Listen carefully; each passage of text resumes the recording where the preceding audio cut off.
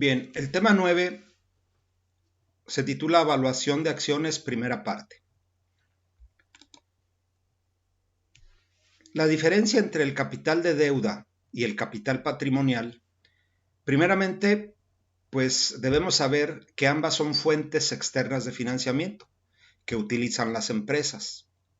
¿Qué características tiene cada una de ellas? Bueno, el capital de deuda, su fuente generalmente son acreedores externos, ¿verdad? Generalmente.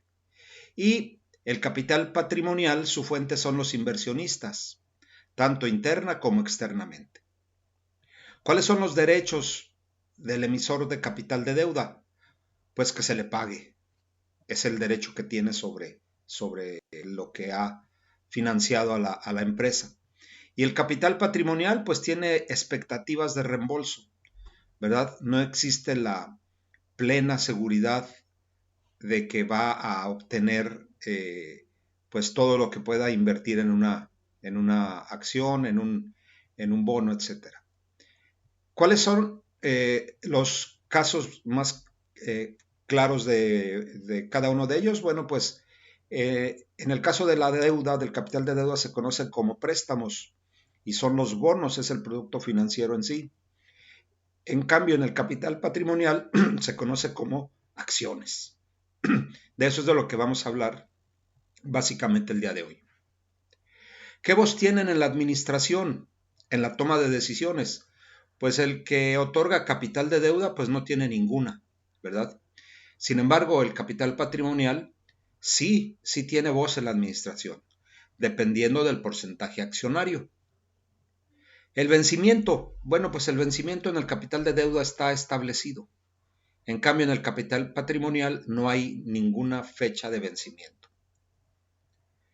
¿Cuál es el tratamiento fiscal para el capital de deuda? Pues los intereses son deducibles de impuestos. Los préstamos bancarios que cobran intereses o que pagan intereses, pues son susceptibles o sujetos de deducción, ¿verdad? Esos intereses del pago de impuestos.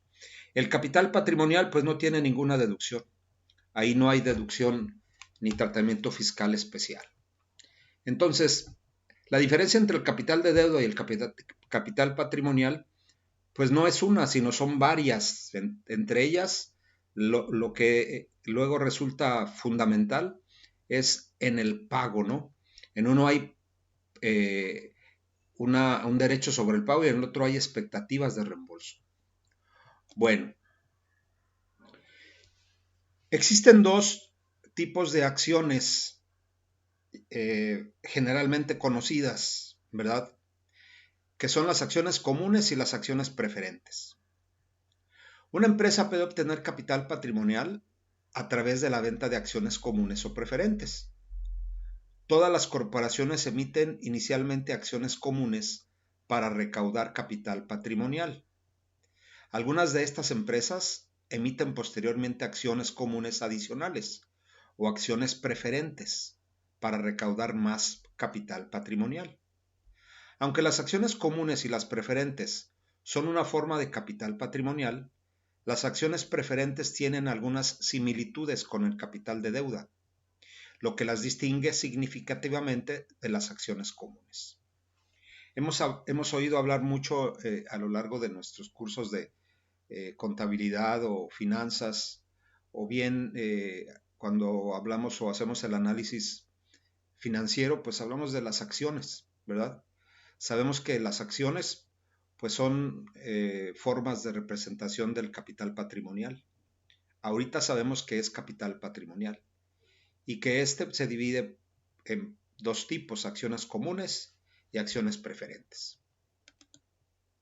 Las acciones comunes son la de los verdaderos dueños de las empresas, o los poseedores de las acciones comunes, son los verdaderos dueños de las empresas, los cuales a veces se denominan propietarios residuales, porque reciben lo que queda, es decir, el residuo, después de satisfacer todos los derechos sobre el ingreso y los activos de la empresa. Los accionistas comunes son los últimos, ¿verdad?, en la fila en el momento de obtener la retribución de la inversión. En casos de situaciones de quiebra o de bancarrota, pues son los últimos en recibir eh, alguna compensación. Y esto es que si hay un residuo, ¿no? Por eso se le llama residuales. Estos accionistas comunes tienen la certeza de algo. No pueden perder más de lo que invirtieron en la empresa. Eso es seguro, ¿verdad? Como consecuencia de esta posición, por lo general incierta, los accionistas comunes esperan recibir una compensación consistente en dividendos adecuados y, en última instancia, en ganancias de capital. Los accionistas comunes obtienen alguna compensación por el riesgo en que incurren al momento de adquirirlas, ¿verdad? Las acciones comunes. Este rendimiento o esta compensación se puede dar de dos formas, a través de dividendos o a través de ganancias de capital, es decir, vender alguna acción y obtener a través de ello pues una ganancia. Vamos a ver algunas características importantes, ¿verdad? En cuanto a las acciones comunes, conceptos que son relevantes identificar qué significan, ¿verdad? Y cuál es su importancia en el lenguaje financiero. Acciones privadas. Bueno, se dice que las acciones privadas son acciones comunes de una firma que son propiedad de inversionistas privados. Estas acciones no se negocian en la bolsa, ¿sí? No todas las empresas que están constituidas con capital patrimonial cotizan en bolsa y por lo tanto pues no se compran y venden en el mercado de valores. A ese tipo de acciones se les llama acciones privadas. Por otro lado, las acciones públicas son acciones comunes de una compañía que son propiedad de inversionistas públicos. Estas acciones se negocian en la bolsa. Un accionista público pues es aquel que en una oferta de acciones primarias pues es el que las adquiere, ¿no? Sin ser sin tener nexo alguno con la empresa. Por eso se les llama inversionistas públicos. Y estas sí cotizan en bolsa. Por eso pueden estos obtener ganancias de capital a través de la venta. El capital perteneciente a pocos accionistas. Las acciones comunes de una empresa, que son propiedad de un individuo o un pequeño grupo de inversionistas, como una familia, esto las convierte en compañías privadas. Cuando las acciones pertenecen a un grupo pequeño o a una familia, pues se les conoce como acciones privadas. Acciones de participación amplia. Son acciones comunes de una compañía en propiedad de muchos inversionistas individuales o institucionales no relacionados, ¿sí? Ahí hablamos de que son muchos los inversionistas o bien algunas instituciones que son propietarios de las acciones comunes. Se les llama acciones de participación amplia.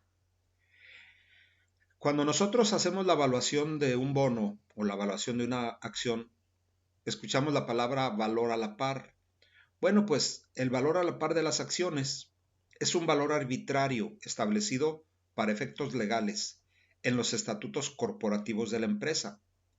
El número total de acciones en circulación se obtiene dividiendo el valor en libros de las acciones comunes entre el valor a la par. El valor de mercado no tiene relación alguna con el precio a la par. El valor a la par es como decir el precio inicial de la acción. Y ya en el mercado, pues estas van sufriendo diferentes alteraciones, ¿no? Ya sea que aumenten o disminuya su precio. ¿Cuáles son los derechos de preferencia? Bueno, pues permite a los accionistas comunes mantener su participación proporcional en la corporación ante una nueva emisión de acciones, protegiéndolos de este modo de la dilución de su propiedad, manteniendo así el control de su voto. ¿Qué es la dilución de la propiedad? Bueno, pues es una reducción en cada propiedad fraccionaria de las acciones, resultante de la emisión de acciones adicionales comunes. Más acciones, se va diluyendo la propiedad de la compañía, ¿verdad? Dilución de ganancias. Bueno, pues los accionistas preexistentes la experimentan cuando su derecho sobre las ganancias de la empresa disminuyen como resultado de las nuevas acciones que se emiten. Si se va a repartir el pastel entre 5, pues no va a ser lo mismo que se reparta entre 6 o entre 10. Ahí se diluyen las rebanadas del pastel, ¿no? En ese sentido se diluyen las ganancias, se diluye la propiedad al emitir nuevas acciones. Derechos. En una oferta con derechos, la empresa otorga derechos a sus accionistas. Estos instrumentos financieros permiten a los accionistas comprar acciones adicionales a un precio por debajo del precio de mercado, en proporción directa al número de acciones que poseen. Los derechos son una herramienta de financiamiento importante, sin la cual los accionistas correrían el riesgo de perder su control proporcional de la corporación. Desde el punto de vista de la empresa, el uso de ofertas con derechos para recaudar nuevo capital patrimonial puede ser menos costoso que una oferta pública de acciones. Se emiten acciones con derechos, ¿verdad? Las acciones comunes sin derechos a voto. Bueno, pues sin derecho a voto se emiten cuando la empresa desea conseguir capital a través de la venta de acciones comunes, pero no requieren renunciar o no se requiere el control de la misma, ¿no? A través de los votos. Estos conceptos pueden resultar tal vez complejos o poco claros. Sin embargo, conforme vamos entrando en el tema del capital patrimonial, le vamos dando o nos van dando un sentido particular de cada uno de ellos, ¿no? En la evaluación que ustedes van a contestar o el cuestionario, pues ahí vienen muy precisas las definiciones y hay que encontrar la respuesta correcta. Las acciones autorizadas, acciones en circulación, acciones en tesorería, acciones emitidas, son diferentes formas de generar financiamiento por parte de las empresas, con el fin de incrementar el capital patrimonial, que en cierta medida resulta luego más barato, ¿no? Sin embargo, pues es el inversionista el que asume los riesgos. Aquí, pues ustedes pueden ver cómo se define cada una de ellas. Yo les invitaría a que las leyeran con calma ahí en su lugar de trabajo, en su lugar de descanso. Y si es ahorita por la noche, pues mejor. Lo leen y al día siguiente lo vuelven a leer y se meten a hacer el cuestionario y van a tener muy buenos resultados. Se los garantizo si lo hacen de esa manera. Bueno, hemos hablado de los dividendos. ¿Qué son los dividendos? Bueno, pues nosotros sabemos que pagar dividendos a los accionistas de la empresa es a discreción del consejo directivo. ¿Cómo se pagan los dividendos? La mayoría de las empresas pagan dividendos de manera trimestral y se pagan en efectivo, acciones o mercancía. ¿Sí? Pareciera que no, pero las grandes compañías también pagan en especie, ¿verdad? No siempre en efectivo. Ahora, no quiere decir que siempre estén pagando en especie, tal vez en alguna situación muy particular se pudiera hacer, aunque generalmente no se hace, ¿verdad? El pago es en efectivo y luego a veces en acciones. Los dividendos en efectivo son los más comunes, mientras que los dividendos en mercancía son los menos. A los accionistas comunes no se les promete un dividendo, pero ellos esperan ciertos pagos con base en el patrón histórico de los dividendos de la empresa. Antes de que las empresas paguen dividendos, a los accionistas comunes, deben pagar cualquier adeudo de dividendos pasados a los accionistas preferentes. En el caso que haya utilidades o reparto de utilidades para los accionistas, estos van a recibir, ¿verdad?, en una parte proporcional lo que les corresponde, siempre y cuando pues no haya un adeudo anterior, ¿verdad? O bien si hay adeudos de acciones comunes o preferentes, pues son las primeras que se deben de pagar. Es muy importante cuando las compañías anuncian pagos de dividendos. Eso es un indicador de que la compañía está funcionando de manera eficiente, de manera adecuada. Y generalmente el precio de las acciones de esas empresas se eleva en el mercado, ¿verdad? Es un buen indicador el pago de dividendos. Las acciones preferentes otorga a sus tenedores ciertos privilegios que les dan prioridad sobre los accionistas comunes. Los accionistas preferentes tienen la promesa de recibir un dividendo periódico fijo, establecido ya sea como porcentaje o como un monto en pesos.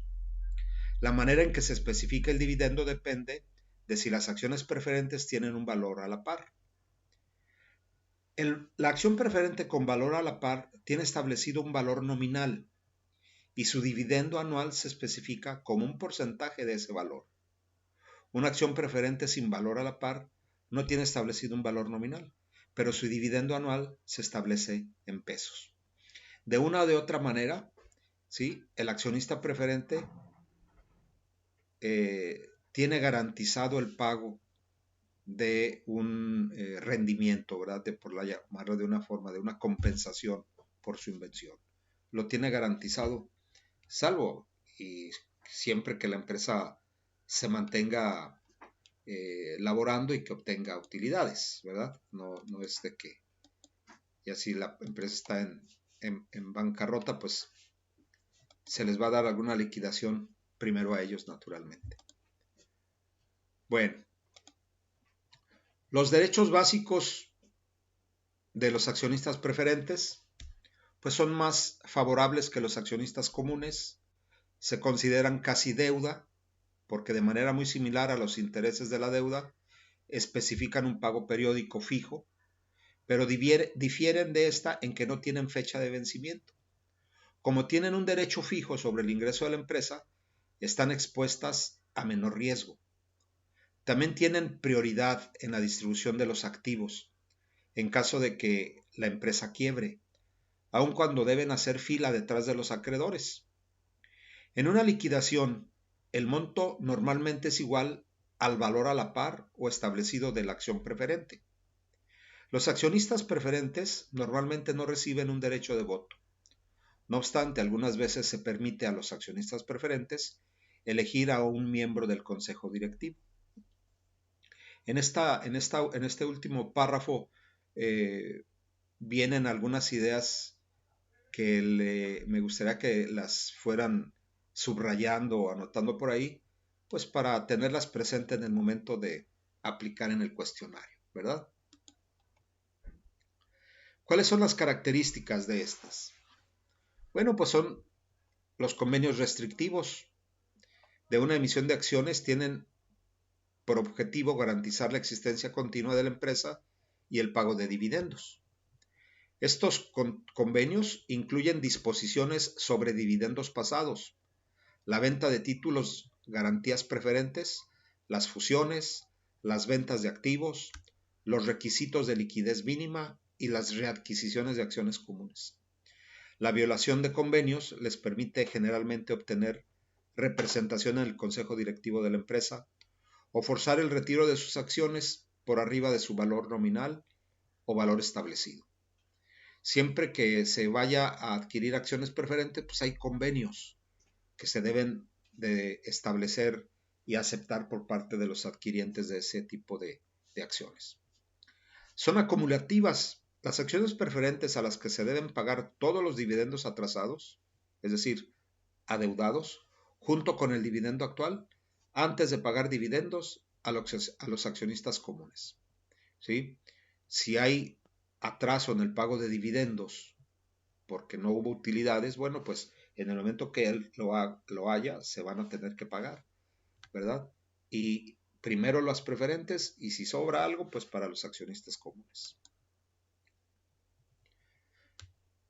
No acumulativas. Los dividendos no pagados, adeudados, no se acumulan. En este caso, solo se debe pagar el dividendo actual antes de pagar dividendos a los accionistas comunes.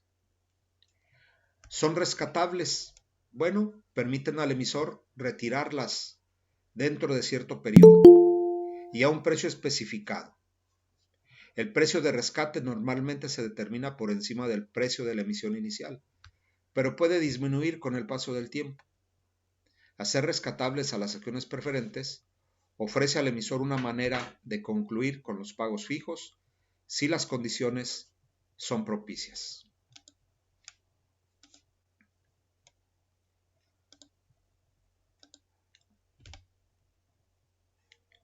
Con opciones de conversión.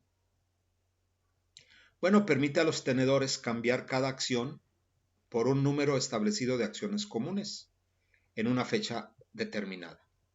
Se puede fijar la razón de conversión o el número de acciones comunes que las acciones preferentes pueden intercambiar en tiempos variables. Lo que estamos viendo aquí es todas las características que pueden llevar consigo la adquisición de acciones preferentes, ¿verdad? Cada una y en cada empresa pues las características son distintas, ¿verdad? Y los convenios para cada una de ellas pues pueden ser distintos, pero se aplican o se deben de sujetar a estas disposiciones que hemos nosotros o que aparecen aquí en la información que nos presenta el autor. Bien, veamos ahora cómo se da la emisión de acciones comunes. Debido al alto riesgo relacionado con una empresa recién creada, el financiamiento inicial de una empresa proviene principalmente de sus fundadores, en forma de una inversión en acciones comunes. Normalmente, el financiamiento inicial de los socios que no son fundadores de una empresa con perspectivas de crecimiento atractivas proviene generalmente de los inversionistas de capital privado. Después, a medida que la empresa consolida la viabilidad de su oferta de productos o servicios y comienza a generar ingresos, flujo de efectivo y utilidades, saldrá a la bolsa, emitiendo acciones comunes para un grupo más amplio de inversionistas, a lo que se conoce como oferta pública. Las grandes compañías, y se me viene a la mente cuando Steve Jobs funda su compañía, bueno, pues sus inversionistas o fundadores fueron los que empezaron a aportar parte del capital patrimonial, se convirtieron en inversionistas privados o de capital privado, pero fue tal su crecimiento y su expansión en el mercado de las computadoras que pues se convirtieron en una empresa de oferta pública, ¿verdad? A tal grado que el dueño, en este caso Steve Jobs, perdió el control sobre la empresa cuando lo retiran, ¿verdad? Si vieron por ahí la película o saben su biografía, pues se presentan esas situaciones ya cuando la empresa se ha consolidado tanto y ha crecido tanto, que son los inversionistas los que ocupan o ubican a su consejo directivo para manejar las empresas. El capital de riesgo. ¿Qué entendemos por capital de riesgo? Bueno, pues es el capital patrimonial externo recaudado en forma privada y que sirve para financiar empresas en etapas iniciales con atractivas perspectivas de crecimiento. Quienes lo aportan se conocen como capitalistas de riesgo. Son entidades empresariales formales que mantienen una supervisión estricta de las compañías en las que invierten y que tienen estrategias de salida claramente definidas. Los inversionistas menos visibles en las etapas iniciales, denominados inversionistas ángeles, son inversionistas que no operan realmente como una empresa. Con frecuencia son inversionistas individuales que tienen mucho dinero, que están dispuestos a invertir en compañías prometedoras en etapas iniciales a cambio de una parte del capital patrimonial. Los tiburones en las series de televisión que vemos, ¿no? Los tiburones son inversionistas ángeles, son individuos o inversionistas que tienen mucho dinero y que están dispuestos a invertir en compañías prometedoras, ¿verdad? En etapas iniciales a cambio de una parte del capital patrimonial. Si recuerda alguien los programas de televisión de esa serie, pues podrá bien entender el concepto o ligarlo a la situación real. La Organización de Inversionistas Institucionales de Capital de Riesgo. Aquí vamos a ver cómo existen las instituciones o sociedades financieras que apoyan en la economía para que los recursos fluyan de una manera más eficiente. Las compañías de inversión en pequeñas empresas. Son corporaciones establecidas por el gobierno federal que pueden solicitar préstamos al gobierno a tasas atractivas y usar los fondos para realizar inversiones de capital de riesgo en empresas privadas. En el caso de nuestro país, existen algunos programas de financiamiento por parte del gobierno federal y no sé si todavía se mantengan los del gobierno del estado para los emprendedores. Fondos financieros de capital de riesgo. Bueno, son subsidiarias de instituciones financieras, particularmente bancos, establecidas para ayudar a las empresas jóvenes a crecer, con la esperanza de que se conviertan en clientes importantes de la institución. Estas otorgan fondos financieros de capital de riesgo. Fondos corporativos de capital de riesgo. Bueno, pues son empresas, en ocasiones subsidiarias, establecidas por empresas no financieras, comúnmente para obtener acceso a nuevas tecnologías que la corporación requiere para fomentar su propio crecimiento.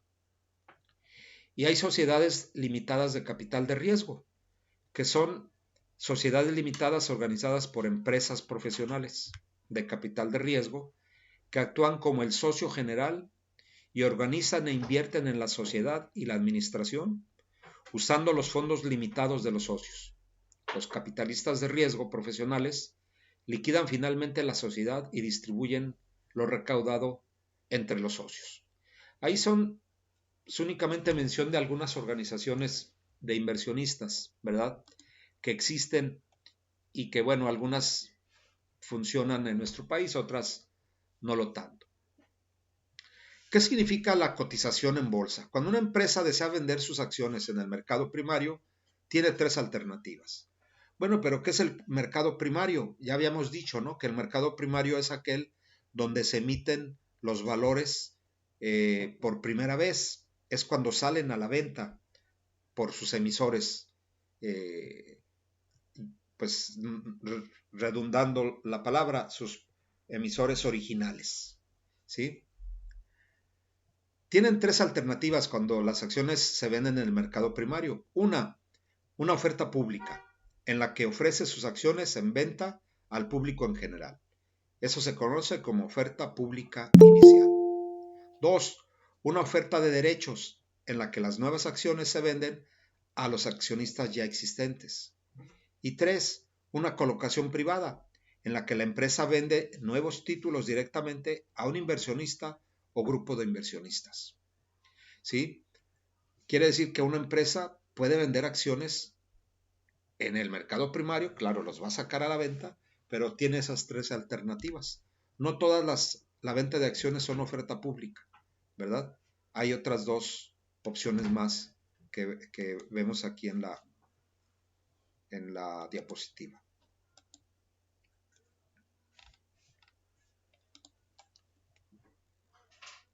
¿Cómo se puede cotizar en la bolsa?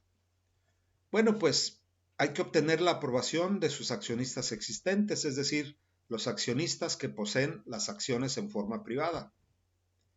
Los auditores y abogados de la empresa deben certificar que todos los documentos sean legítimos. Buscar un banco de inversión que esté dispuesto a respaldar la oferta. Este banco es responsable de promover y facilitar la venta de las acciones de la oferta pública inicial de la empresa. La empresa presenta una declaración de registro ante la Comisión Nacional Bancaria y de Valores.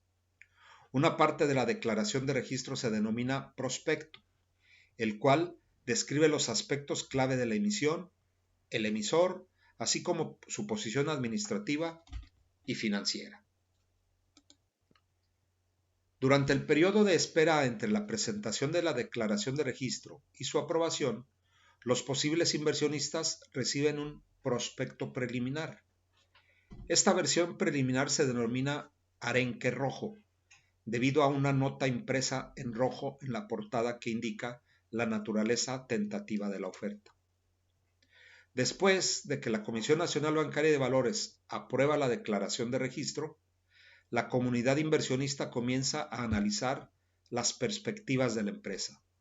Sin embargo, desde el momento en que presenta la declaración de registro hasta por lo menos un mes después del término de la OPI, ¿sí?, de la oferta pública, la empresa debe observar un periodo de silencio durante el cual existen restricciones sobre lo que los directivos de la empresa pueden decir acerca de esta. Es cuando se busca que no haya información privilegiada para ciertos inversionistas. El objetivo del periodo de silencio es asegurar que todos los posibles inversionistas tengan acceso a la misma información sobre la empresa, la información presentada en el prospecto preliminar, y no a datos confidenciales que pudiera darles una ventaja injusta, ¿verdad? Es lo que les menciono de la información privilegiada. No puede darse información de manera unilateral, ¿no? Debe estar sujeto a disposiciones de la Comisión Nacional Bancaria. Número 6. Los bancos de inversión y los directivos de la empresa promueven la oferta de acciones a través de una presentación itinerante, esto es, una serie de presentaciones ante posibles inversionistas de todo el país y en ocasiones del extranjero. Además de dar a los inversionistas información sobre la nueva emisión, las sesiones de la presentación itinerante ayudan a los bancos de inversión a calcular la demanda de las acciones y a establecer un intervalo de precios esperado. Después de que el banco